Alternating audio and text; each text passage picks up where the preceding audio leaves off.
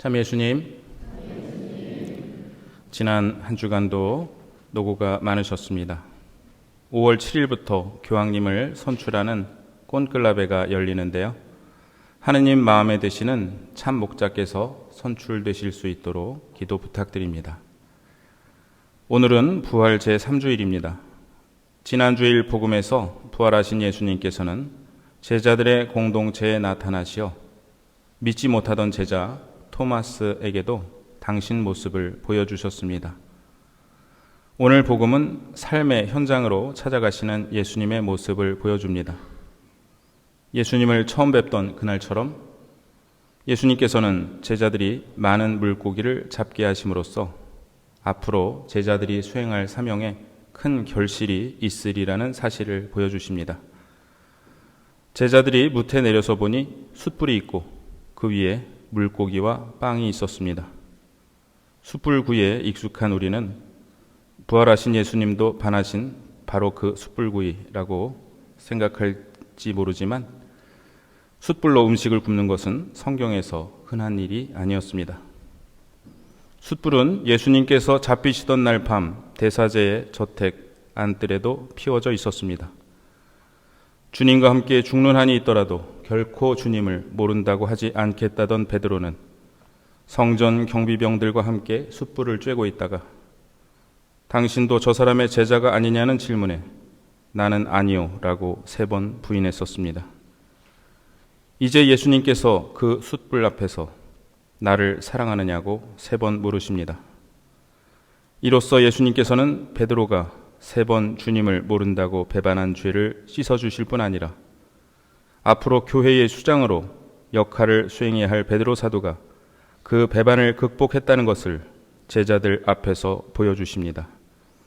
또한 당신의 양떼에게 봉사하기 위해 가장 중요한 것이 무엇인지 가르쳐 주십니다.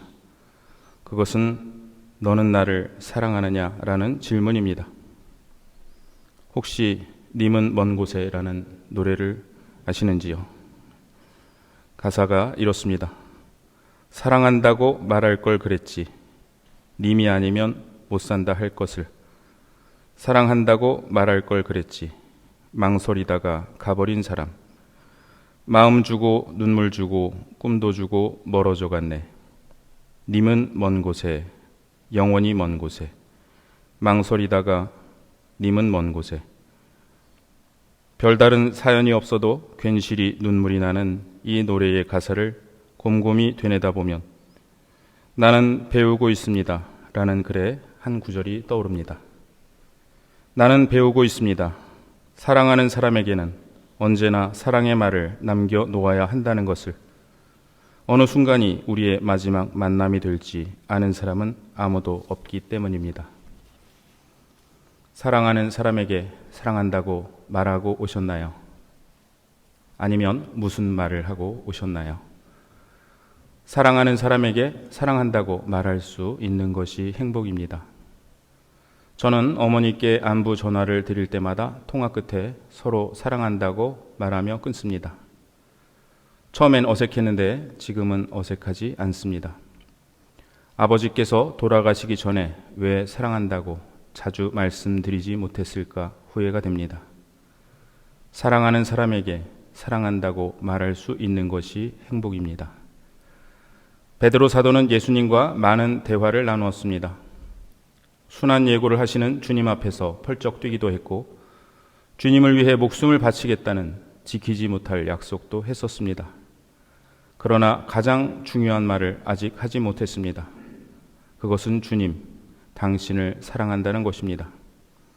이것이 앞으로 그가 주님을 위해 하게 될 모든 일들, 복음 선포, 주님의 양떼를 돌보는 일, 그리고 결국 주님의 뒤를 따르게 될 순교에 이르기까지 이 모든 일의 동기가 되어야 합니다.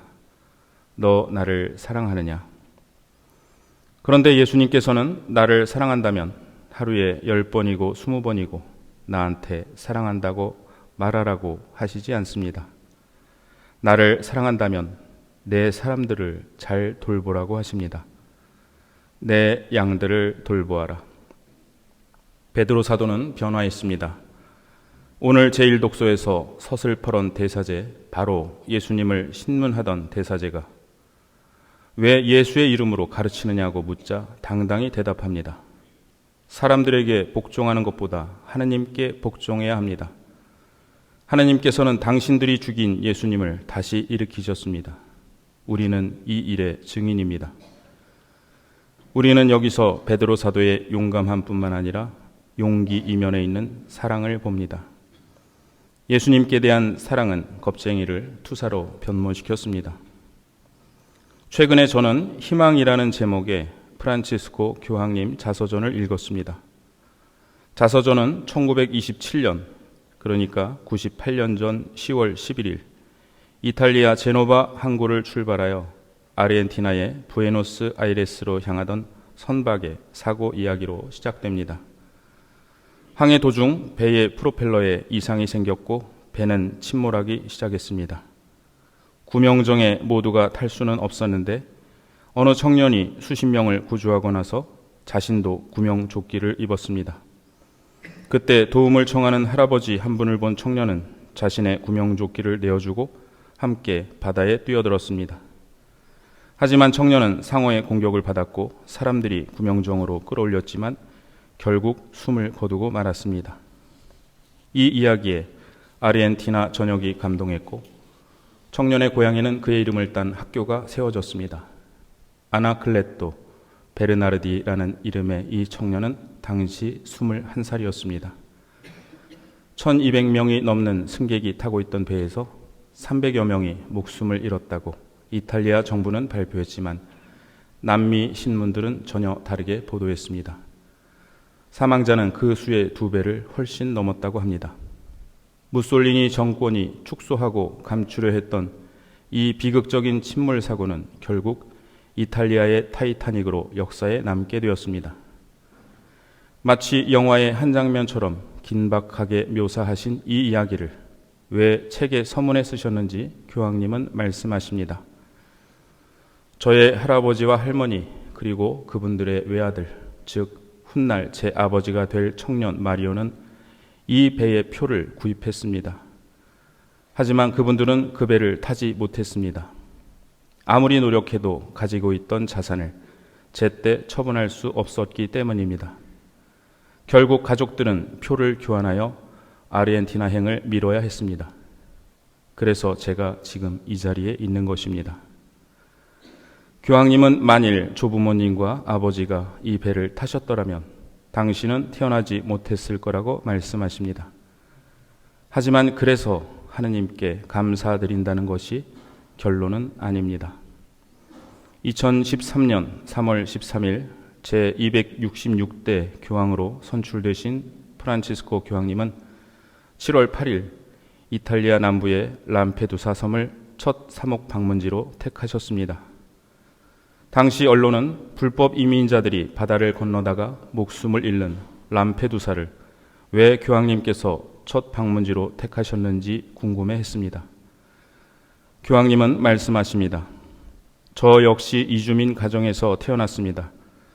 저 역시 오늘날 버림받은 이들 중 하나가 될 수 있었기에 제 마음속에는 늘 이런 절박한 물음이 맴돕니다. 왜 내가 아니라 그들인가? 저는 기도하기 위해, 그들과 함께하는 마음을 전하기 위해, 그리고 구체적 연대의 모범을 보여준 그 섬의 주민들과 봉사자들에게 감사와 격려의 마음을 전하기 위해 람페두사로 가야 했습니다. 무엇보다도 우리의 잠든 양심을 깨우고 우리 모두의 책임을 일깨우기 위해서였습니다. 하느님께서 카인에게 던지신 그 질문이 세월을 넘어 우리 귓가에 끊임없이 메아리칩니다. 내 아우는 어디 있느냐? 이듬해인 2014년 우리나라를 방문하신 교황님은 4박 5일간 많은 일정을 소화하셨습니다. 그런데 바쁜 일정에도 매일 하신 일이 있습니다. 세월호 유족들을 만나주신 일입니다. 당시 통역을 맡으셨던 신부님 말씀에 의하면 청와대에서 대통령과 만나신 후 엘리베이터로 내려가시는데 정부 관계자가 신부님이 수행하는 것을 막았다고 합니다. 서둘러 계단으로 내려가 보니 엘리베이터에는 셋만 타고 있었는데 교황님과 대통령 그리고 정부 측 통역사였습니다. 엘리베이터 문이 열리자 통역사는 막 대통령의 말을 통역하던 중이었다고 합니다. 정치적으로 민감하니 한국에 계시는 동안 세월호 얘기를 하지 말아주셨으면 한다고. 그러나 교황님은 단식 농성 중이던 세월호 가족의 손을 가까이 다가가 잡아주셨고 중립을 위해 노란 리본을 떼는 것이 좋겠다는 누군가의 말에 고통 앞에 중립은 없습니다 라고 말씀하셨습니다. 당시 유족은 이때가 공적으로 진실하게 위로받은 유일한 때였다고 말합니다. 이 모든 일화는 고통을 바라보는 교황님의 특별한 시선에서 비롯합니다. 왜 내가 아니라 그들인가? 내가 아니라서 다행인 것이 아니라 살아남은 우리가 해야 할 일은 무엇인지를 끊임없이 되묻는 것이 교황님의 질문입니다.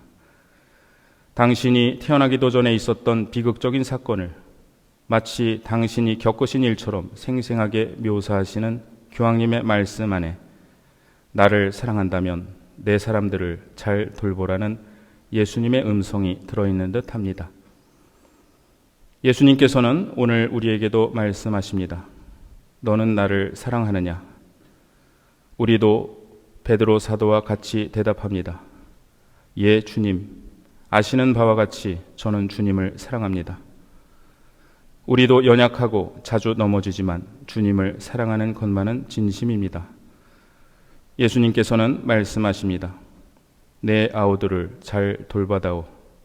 약하고 아픈 이웃들을 잘 돌봐다오. 오늘도 우리는 많은 사람을 만나고 많은 대화를 할 것입니다. 우리가 헤어질 때 하는 인사가 사랑의 언어였으면 좋겠습니다. 사랑한다고 주고받는 말이, 몸짓이, 표정과 웃음이 오늘을 마무리하며 하루를 되돌아볼 때 맨 처음 떠오르는 기억이면 좋겠습니다. 우리가 일생을 마무리하며 삶을 돌아볼 때 사랑하는 사람들에게 사랑한다고 했던 말이 기억의 첫자리에 자리하기를 바랍니다. 예수님께서 당신과 베드로 사도의 지상 마지막 대화를 사랑합니다라는 3번의 대화로 마무리하셨듯이 말입니다. 나는 배우고 있습니다. 사랑하는 사람에게는 언제나 사랑의 말을 남겨놓아야 한다는 것을. 어느 순간이 우리의 마지막 만남이 될지 아는 사람은 아무도 없기 때문입니다.